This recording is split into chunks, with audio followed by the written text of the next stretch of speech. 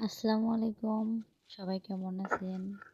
আজ আমি নিয়ে আসলাম ছোট মাছের ভর্তা। ছোট মাছের ভর্তা কম বেশি সবাই পছন্দ করে।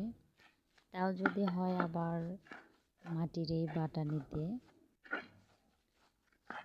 আমি মাছটার আগে থেকে কাটা ফেলাই দিয়ে রাখছিলাম। শুকনো মরিচ ভাজা রাখছিলাম। যে যেরকম ঝাল খান সেই রকম ঝালটা দেবেন। আমি একটু ঝাল বেশি খাই আর ভর্তার জন্য পারফেক্ট শুকনো মরিচ। জানি না কার অঞ্চলে এটি কী নামে পরিচিত। আমাদের অঞ্চলে এটাকে হচ্ছে মাটির বাটানি হিসেবে চিনে পরিচিত। কমেন্ট বক্সে সবাই অবশ্যই জানাবেন। আর আমার এই পেজটা নতুন, সবাই একটা করে লাইক দিয়ে পাশে থাকবেন। পেঁয়াজ রসুন আমি আগে থেকে বেটে রাখছিলাম, সেটা দিয়ে দিলাম।